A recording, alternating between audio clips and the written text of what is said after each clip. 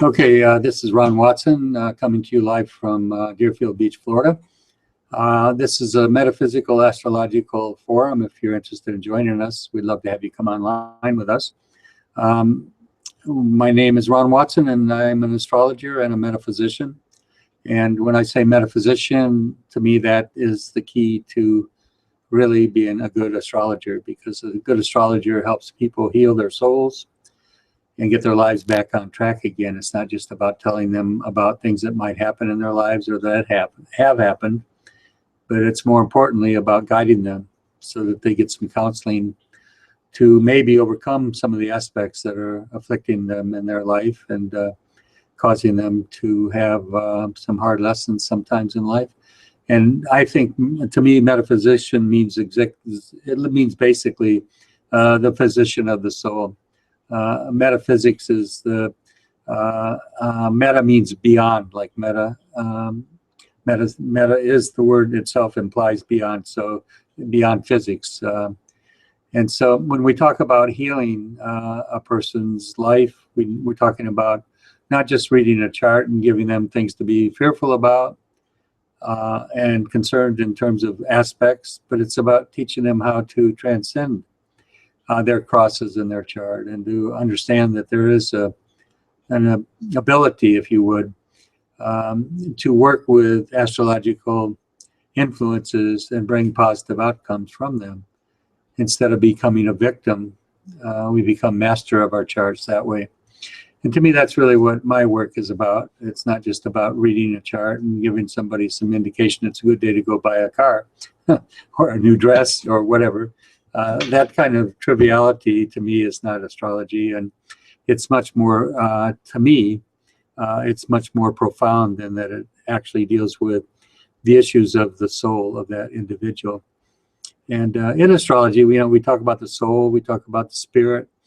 They're distinctly two different things. The soul is the subconscious. The conscious mind is the spirit. Okay, so there's many scriptures that refer to them separately. There's a scripture that says, I desireth above all things that ye prosper and be in good health, even as your soul doth prosper. And what does that imply? That means your subconscious. Okay, you have to embody that concept of prosperity in the soul before you'll experience it in your material life. Mary said, my spirit rejoiceth in God, and my soul doth magnify him. Again, we see a distinction that she made between the spirit and the soul. The spirit is masculine and projective. The soul is feminine and receptive. The subconscious is feminine and receptive. And it sort of believes all things, trusts all things, and it takes in whatever you give it. And it doesn't rationalize about it. It doesn't try to analyze it. It just takes it the way it's said or the way it sees it, or it's given that information. Whereas the spirit's purpose, if you would, is to, as if it, remember, it's masculine and it should be protecting the feminine, receptive subconscious. The spirit is the conscious mind. And so there's an interesting scripture that says, how's this go? Seeing you purified your souls in the disciplining of your spirit, in the unfeigned love of your brethren. Notice what it says. Seeing you've disciplined your spirit in the unfeigned love of your brethren. And you purified your soul by doing that. What does that mean? It means that you've purified your subconscious. And you've done it through the disciplining and the protection of your subconscious by the conscious mind. In other words, you are very mindful of what you're putting into your subconscious mind, because whatever you sow, you reap in that subconscious mind. As Mary said, my spirit rejoiceth in God, but my soul doth magnify him. Your soul magnifies whatever it's given. If I keep inputting into my soul, into my subconscious, words all of which are destructive, such as I'm sick and tired, with emotion, you got to remember the subconscious relates to emotion and feeling, just like a woman would. It's receptive, it's subconscious. So my spirit, if it's saying things and putting and allowing things to get into the subconscious that are destructive, such as phrases such as "I am sick and tired of you," or "I'm sick and tired of this," then you're going to have those symptoms in your life. You're going to have fatigue and you're going to have illness. And the more you plant that seed in the subconscious, the more it gets magnified. Just like Mary said, "My soul doth magnify." So if you want to magnify the illnesses and the problems of your physical life, then you can do that simply by stating things like, "I'm pissed off." That's good for urinary tract infections. "He's a pain in the ass." That's good for hemorrhoids. You can keep on going with this. "It breaks my heart." It's good for heart problems. "I can barely see." I can barely hear. I can could go on and on. You know, if you want to have eyesight problems, "I can barely see." I don't want to see this. I don't want to hear this. It's good for going deaf. You know, "I've got no stomach for this." I have a friend that's lost 2/3 of his stomach, and his favorite expression is, I have no stomach for this. So the Word is made flesh in early Christian teachings, and you are all the Word made flesh. So whatever you're sowing into that subconscious is going to become part of your reality in the physical body and the physical world around you. It works all the way around. It's not just it doesn't stop with the body. So as we begin to understand this process of purification of the soul, we begin to change our lives, and we begin to experience a new life and a new health and a new wealth and a new being. So as the good book says, "I desireth above all things that ye prosper and be in good health." Okay, prosperity and good health. Okay, health and wealth, they sound alike, don't they? So "I desire above all things that you prosper and be in good health, even as your soul doth prosper."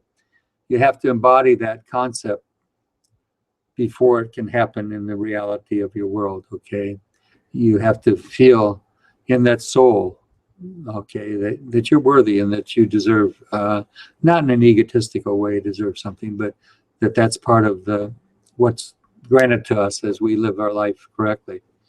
So this is one of the subjects I want to talk about. There's a lot more. We're going to talk about astrology, mythology, psychology, the scriptures. All of this is what my life is about and my teachings. I hope that you'll take a moment and go on Amazon or go on our website, which is aquarianawakening.com. aquarianawakening.com. It's one word, aquarianawakening.com. If you go there, you can find a link to order the book, The Greatest Story Never Told, which is on Amazon and Kindle. If you can see this, I know the light's getting on it pretty hard here. I'm not sure it's going to show up very well. It's The Greatest Story Never Told, and it's basically a book on, there, I've got it good. It's on astrology, mythology, psychology, and scriptures, okay? And it's a book that can change your life if you read it from cover to cover. It's had wonderful reviews. In fact, one of the top scholars in the world said it should be compulsory reading for every thinking individual. Again, this is available on Amazon or Kindle. So, also, if you're an advanced astrologer, you can go on Kindle, Kindle, and you can order a newly released book that I just put out. It's a booklet, and it's called The Cosmic Key to Astrological Prediction. And this book will give you the keys to making prophetic prophecies with your astrological work. The interesting thing about this is that it compiles basically sample after sample of charts. And I use death as the significant event in people's lives, because obviously it's, in many cases, it's recorded and we know the time and we know the events around it, whether it's Robin Williams' suicide or it's Steve Jobs' death, or it's Anna Nicole Smith, who died of an overdose of drugs, and all the intrigue and stuff that went behind all that. The book has many, many samples, and it shows the technique by which I've developed over many years on how to predict events in a chart. So this is available also on Kindle.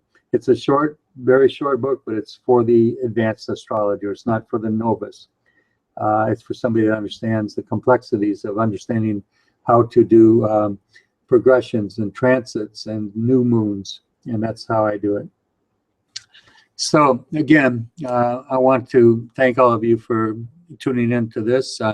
It's our first effort at doing live broadcast, but this will be on YouTube for others to come on later and see.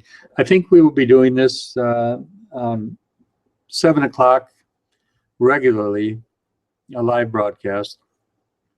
On what is today?